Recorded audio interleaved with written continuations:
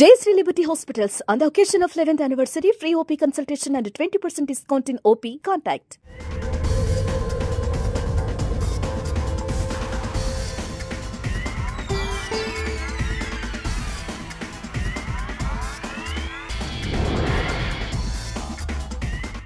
రాజధాని దిక్సూచి, ప్రగతికి గైడింగ్ ఫోర్స్. వరల్డ్ క్లాస్ సిటీలో ఒకటిగా నిలపాలనే ఆకాంక్ష అమరావతికి బీజం. రాజధాని డిజైన్లలో ఎక్కువగా ఆకట్టుకునేది అసెంబ్లీ డిజైన్. ప్రపంచ ప్రఖ్యాత నిర్మాణ శిల్పి నార్మన్ ఫోస్టర్ కి చెందిన ఫోస్టర్ ప్లస్ పార్ట్నర్ సంస్థ ఈ ప్లాన్ రూపొందించింది. ప్రపంచంలోనే చాలా అరుదుగా కనిపించే ఆకారంతో నార్మన్ ఫోస్టర్ సంస్థ దీనికి రూపకల్పన చేసింది.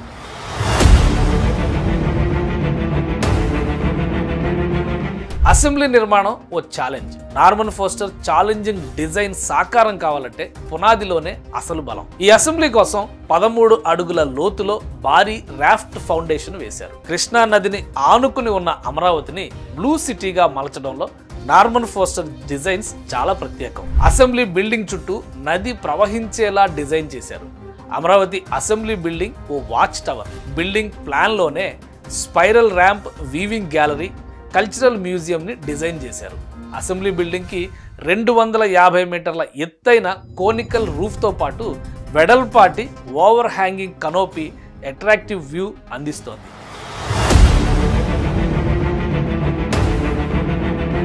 ఏపీ అసెంబ్లీ భవనాన్ని అమరావతి ప్రభుత్వ భవన సముదాయంలోని సూపర్ బ్లాక్ ఈలో నిర్మిస్తున్నారు. మొత్తంగా 103.76 ఎకరాల్లో 11,21,000 చదరపు అడుగుల విస్తీర్ణంలో ఆంధ్రప్రదేశ్ శాసన వ్యవస్థల నిర్మాణం జరుగుతోంది. ఈ బిల్డింగ్ లో ఒక బేస్మెంట్, గ్రౌండ్ ఫ్లోర్ తో పాటు 3 అంతస్తులు నిర్మిస్తారు. శాసనసభ, శాసన మండలి, central hall, lobby, gallery, museum కోసం ప్రత్యేక ఏర్పాట్లు చేయనున్నారు. పైన ఎత్తైన శిఖరం నుంచి అమరావతి నగరాన్ని చూసేలా వ్యూ పాయింట్ డిజైన్ చేశారు. 2018లో నిర్మాణం ప్రారంభించగా 72 గంటల్లో దేశంలోనే అత్యంత భారీ రాఫ్ట్ ఫౌండేషన్ వేసి రికార్డు సృష్టించారు. 2019 ఏపీ ఎన్నికలు టీడీపీకే కాదు అమరావతికి కూడా షాక్ ఇచ్చాయి. అంత గ్రాఫిక్స్ అంటూ ఎగతాళి చేసి అభివృద్ధిని అటకెక్కించింది వైసీపీ ప్రభుత్వం. ఫలితంగా ఏకంగా 5 ఏళ్లు రాష్ట్ర రాజధాని నీటిపాలైంది.